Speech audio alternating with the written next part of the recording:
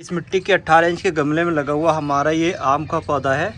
और आप लोग देख सकते हैं हमारे इस आम के पौधे की हर टहनी पर आप लोगों को फूल ही फूल नज़र आ रहा होगा। बहुत सारे लोगों के सवाल ये आ रहे थे, बहुत सारे कमेंट आ रहे थे कि हमारे आम के पौधे पर इस तरीके से फ्लावरिंग होना स्टार्ट नहीं हुई है, या इसके अलावा आम के पौधे पर फ्लावरिंग होने के बाद में फूल आने के बाद में जो फूल है वो सारा का सारा झड़ जाता है, तो फल में कैसे कन्वर्ट करें। तो दोस्तों आज की इस वीडियो में मैं आपको बताऊंगा इस होममेड ऑर्गेनिक फर्टिलाइज़र के बारे में, जो कि आपके घर पर ही किचन में आप लोगों को आसानी से मिल जाएगा और आपके भी आम के पौधे पर इसी तरीके से ढेर सारा फूल आना स्टार्ट हो जाएगा। आम की ग्रोथ भी दिन दूनी रात चौगुनी से बढ़ेगी। इसके अलावा आपके आम के पौधे पर जो ये फूल है, ये फूल भी धीरे धीरे फल में कन्वर्ट होगा। तो आज की इस वीडियो में इस चीज़ के बारे में भी जानेंगे। इसके अलावा आम की कौन सी वैरायटी का पौधा गमले में लगाने के लिए सही रहता है, इसके अलावा और भी दूसरे ज़रूरी जानकारी आज की इस वीडियो में आप लोगों को मिलने वाली है। तो यहाँ पर आप लोग देख सकते हैं गमले में लगा हुआ आम का पौधा है, और ये आप लोग इसके फूल का साइज़ देख सकते हैं, कितना बड़ा फूल का साइज़ है। और इधर की साइड में भी आप लोग देख सकते हैं काफ़ी गुच्छों में फूल आया हुआ है, और इधर की साइड में भी आप लोग देख सकते हैं गुच्छों में फूल है। फ्लावरिंग टोटल बात यह है कि बहुत ही बेहतरीन चल रही है। अब सवाल ये आता है कि गमले में लगाने के लिए कौन सी वैरायटी का आम का पौधा सही रहता है, क्योंकि बहुत सारे लोग कोई सा भी आम का पौधा लेकर के आते हैं नर्सरी से और गमले में लगा दिया, केयर करते हैं और कहते हैं कि हमारा आम का पौधा जो है वो काफ़ी लंबाई बढ़ रहा है और उस पर एक दो गुच्छे में फूल आए, जैसे ये एक दो ब्रांच पर ही फूल आए और पौधा घना नहीं हो रहा है और थोड़ा बहुत ही फूल आ रहे हैं। तो इसके लिए मैं आपको बता दूं, जो आप आम का पौधा लोकल नर्सरी से ले आते हैं, तो वो जो आम के पौधे आप लाते हैं वो ऐसे पौधे होते हैं जैसे बम्बई या लंगड़ा, या इसके अलावा दूसरी वैरायटी काफ़ी सारी होती हैं जो कि ज़मीन में लगाने के लिए होती हैं। तो वो पौधे होते हैं ज़मीन में लगाने के लिए। लेकिन ये वाला जो आप लोग हमारा पौधा देख रहे हैं, ये गुलाब जामुन का पौधा है, और ये गुलाब जामुन का पौधा जो होता है ये गमले में लगाने के लिए सही रहता है और छोटी हाइट का रहता है। और छोटी हाइट में ये काफ़ी घना रहता है। घना करने का भी तरीका होता है, तो वो भी तरीका मैं आपको बताऊंगा। लेकिन इससे पहले मैं आप लोगों को वैरायटी बता देता हूं कि गमले में कौन कौन सी वैरायटी के पौधे आप लोग लगा सकते हैं जिससे छोटी हाइट में गमले में ही आम आ सकें। तो पहला तो हो गया गुलाब जामुन, दूसरा होता है थाई मैंगो जो कि 12 मासी होता है, और पिछले साल आप लोगों ने देखा ही था उस पौधे पर हमने काफ़ी अच्छे फल लिए थे, और इस बार भी उस पर आने वाले समय में पूरी अपडेट के साथ वीडियो आने वाली है, और फूल आने से लेकर के फल तोड़ने तक की। तो वो मई जून के बाद में वीडियो अपलोड की जाएगी हार्वेस्टिंग के बाद में। तो ये 2-3 वैरायटी ऐसी हैं जो कि आप लोग आम के पौधे गमले में लगा सकते हैं। अब बारी आती है कि यार गमले में लगे हुए आम का पौधा घना रहे, उस पर ज़्यादा ब्रांचेस हों और ज़्यादा फल आ सकें, तो इसके लिए कौन सा काम ज़रूरी है जो कि आप लोगों को आम के पौधे पर करना चाहिए। तो यहाँ पर मैं आप लोगों को समझाना चाहता हूँ। देखिए यहाँ पर आप लोग देख सकते हैं ये जो ब्रांच है इसको हमने यहाँ से कट किया था तो एक ब्रांच निकली, फिर हमने इसको यहाँ से कट किया तो ये 3 ब्रांच निकली इस पर, एक ये। फिर इसको देखिए हमने यहाँ से कट कर दिया है, तो कुछ ही दिनों के बाद में ये ब्रांच भी यहीं से फूटने वाली है। तो इस तरीके से ये ब्रांच पे ब्रांच फूटता रहता है जब आप लोग इसकी प्रूनिंग कर देंगे। लेकिन प्रूनिंग का भी समय होता है, ऐसा नहीं है कि आप लोगों ने अभी वीडियो देखी और अभी प्रूनिंग कर दी। प्रूनिंग करने का जो सही समय होता है वो होता है रेनी सीजन। रेनी सीजन में ही आप लोग अपने आम के पौधे की प्रूनिंग कर सकते हैं। प्रूनिंग करने के बाद में आपके आम के पौधे पर बहुत ही तेज़ी से नई ब्रांचेस आती हैं, और आने वाले समय में आपका पौधा जो है हमारे इस पौधे की तरह काफ़ी घना हो जाता है, और आपके पौधे पर ज़्यादा से ज़्यादा आम आने के जो चांस है वो बढ़ जाते हैं। देखिए यहाँ पर जो आप लोग इस टहनी पर ये आम का मोल देख रहे हैं, आम का फूल देख रहे हैं, तो इस पर जब फल टिक जाएगा, फल सेट हो जाएगा, उसकी हार्वेस्टिंग कर ली जाएगी, तो इसको हम यहाँ से काटेंगे, जहाँ से ये आप लोग आम का मोहर देख रहे हैं, इस मोहर को काट लेंगे, या फिर हम यहाँ से काटेंगे। ये आपको हल्की हल्की गांठ सी नज़र आ रही होगी। तो क्या होगा कि यहाँ से नई नई ब्रांचेस निकल के आना स्टार्ट हो जाएंगी और अब पौधा घना हो जाएगा। लेकिन एक बात का ये ध्यान रखें, बहुत सारे कहीं से भी काट देते हैं, यहाँ से काट दी, यहाँ से काट दी, या फिर यहाँ से काट दी। तो आप लोगों को ऐसा नहीं करना, ये देखना है कि आपकी पौधे की ब्रांच पर गांठ कहाँ पर है। जैसे इस पौधे में एक गांठ ये है, एक ये है और एक ये, 3 गांठें हैं, तो हमें गांठ के ऊपर से काटना है इस तरीके से। अगर हम इसको यहाँ से काट देंगे, गांठ इधर की गांठें सारी की सारी काट देंगे, और इसको ये प्लान डंडी रह जाएगी, जैसे ये प्लान डंडी है, तो इस पर कोई भी ब्रांच नहीं फूटेगी। तो सही तरीका ये होता है कि यहाँ से काटें, यहाँ से काटें, या जैसे कि ये मॉल है इसको काट दें, या जैसे कि ये मॉल इसको काट दें, या फिर यहाँ से भी काट सकते हैं हम लोग। यहाँ से अगर काट देंगे इसको तो यहाँ से 2-3 शाखाएँ निकलना शुरू हो जाएंगी और काफ़ी ब्रांच निकलने के बाद में पौधा घना होने लगता है। तो ये एक आसान तरीका है पौधे को घना करने का।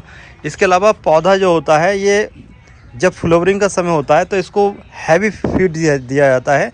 हैवी फीड देने से आपके पौधे पर ग्रोथ के साथ साथ फ्लावरिंग भी होती है। लेकिन एक बात का ये ध्यान रखें, जब आप लोग आम के पौधे में फीड दे रहे हैं, फर्टिलाइज़र दे रहे हैं, तो इसका सही समय होता है और कौन सा फर्टिलाइज़र आप लोगों को देना चाहिए, कौन से समय में बेस्ट। अगर आप लोग चाहते हैं कि आपका पौधा गमले में लगा है या फिर डायरेक्ट ज़मीन में लगा है और आपके आम के पौधे पर आपके आम के पौधे की ग्रोथ के साथ साथ आपके आम के पौधे पर ज़्यादा फूल या फिर ज़्यादा फल आएँ, तो इसके लिए आपको आम के पौधे पर जो खाद इस्तेमाल करनी है वो साल में 2 बार करनी होती है।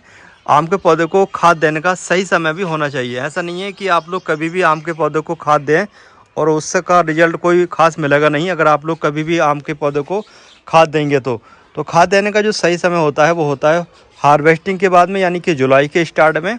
इसके अलावा फरवरी से पहले जनवरी के महीने में आप लोग आम के पौधे में फर्टिलाइज़र ऐड कर सकते हैं। लेकिन जो भी आप लोग फर्टिलाइज़र ऐड करेंगे उसमें एक बात का ये ध्यान रखना है कि हाई नाइट्रोजन वाला फर्टिलाइज़र नहीं होना चाहिए, या फिर हाई लेवल का नाइट्रोजन वाला फर्टिलाइज़र आप लोग आम के पौधे में इस्तेमाल कर रहे हैं तो इसका सही समय कौन सा है। आपके आम के पौधे में हाई लेवल का नाइट्रोजन का फर्टिलाइज़र जैसे गोबर की खाद, वर्मी कंपोस्ट इस्तेमाल करने का जो सही समय होता है वो होता है जुलाई में। जुलाई में अगर आप लोग नाइट्रोजन वाला फर्टिलाइज़र देंगे जैसे गोबर की खाद या वर्मी कंपोस्ट, तो इससे आपके आम के पौधे की ग्रोथ बहुत ही तेज़ी से होने लगेगी। लेकिन यही फर्टिलाइज़र अगर आप लोग आम के पौधे में ज़्यादा इस्तेमाल करते हैं फरवरी के महीने में, तब क्या होगा कि आपके आम के पौधे पर जो ये फूल है ये फूल कम आएगा और पत्तियों की ग्रोथ ज़्यादा होगी। तो इस बात का खास तौर से ध्यान रखें, क्योंकि हम लोग जब देखते हैं ना हमारे आम के पौधे पर थोड़ा सा फूल आना स्टार्ट हो गया या नई ग्रोथ स्टार्ट हो गई, तो हम बहुत ज़्यादा तेज़ी से गोबर की खाद या वर्मी कंपोस्ट इस्तेमाल करते हैं अपने आम के पौधे में। तो कुछ दिनों के बाद में ये फूल तो थोड़ा कम आता है लेकिन पत्तियों की ग्रोथ ज़्यादा हो जाती है, पौधा हरा भरा होने लगता है। तो ध्यान रखें, इस तरीके का कोई भी फर्टिलाइज़र आपको आम के पौधे की फ्लावरिंग के समय यानी कि मोर आते समय नहीं इस्तेमाल करना है। इसके अलावा जब आपके आम के पौधे पर इस तरीके से ये मोर बनने लगता है यानी कि ये फूल बनने लगता है, तो आपके आम के पौधे पर होता ये है कि कई सारे लोग शिकायत करते हैं कि हमारे आम के पौधे पर फूल तो बहुत आया लेकिन एक भी फल नहीं टिका या फिर 2-4 फल टिके। तो इसकी देखो कई वजह हो सकती हैं। पहली वजह है अच्छा पॉलिनेशन। अगर आपके यहाँ पर मधुमक्खियाँ, पॉलिनेशन वाले कीट, दूसरे जो भी पॉलिनेशन करते हैं वो आ रहे हैं तो अच्छा पॉलिनेशन होगा और आपके आम के पौधे पर फल सेट होगा। लेकिन कभी कभी ऐसा होता है कि आपके आम के पौधे पर पॉलिनेशन वाले कीट भी आ रहे हैं, मधुमक्खियाँ भी आ रही हैं, लेकिन एक कीड़ा होता है जो इसके फूलों का रस चूसता है। अगर वो अटैक कर देता है, जिसको भुनका कहते हैं, भुनका अगर अटैक कर देगा तब आपके आम के पौधे पर ये जो फूल हैं ये फल में कन्वर्ट नहीं होंगे। क्योंकि वो जो ये कटोरी सी आप लोग देख रहे हैं, जब फूल खिलता है ना तो फूल के पीछे से एक छोटी सी कटोरी सी होती है, तो वो कटोरी का रस भी चूस लेता है। इससे आपके आम के पौधे पर जो फूल है वो फल में कन्वर्ट नहीं हो पाता है और सारा का सारा फूल ख़राब हो जाता है।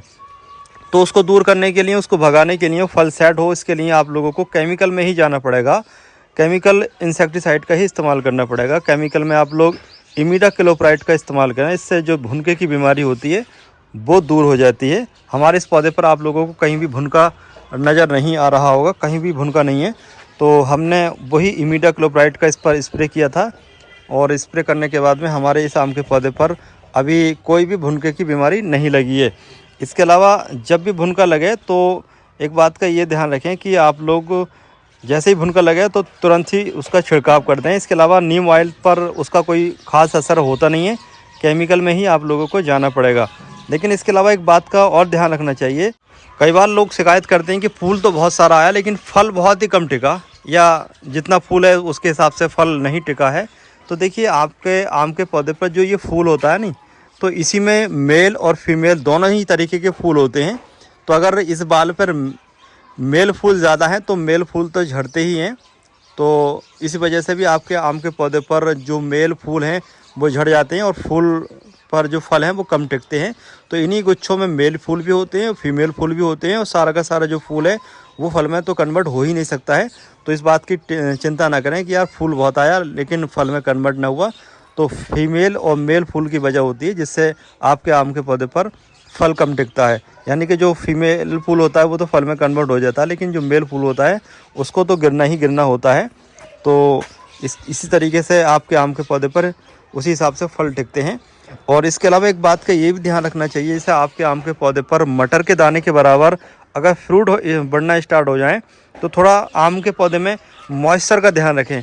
मॉइस्चर हमेशा बना रहना चाहिए, मिट्टी में नमी हमेशा रहनी चाहिए।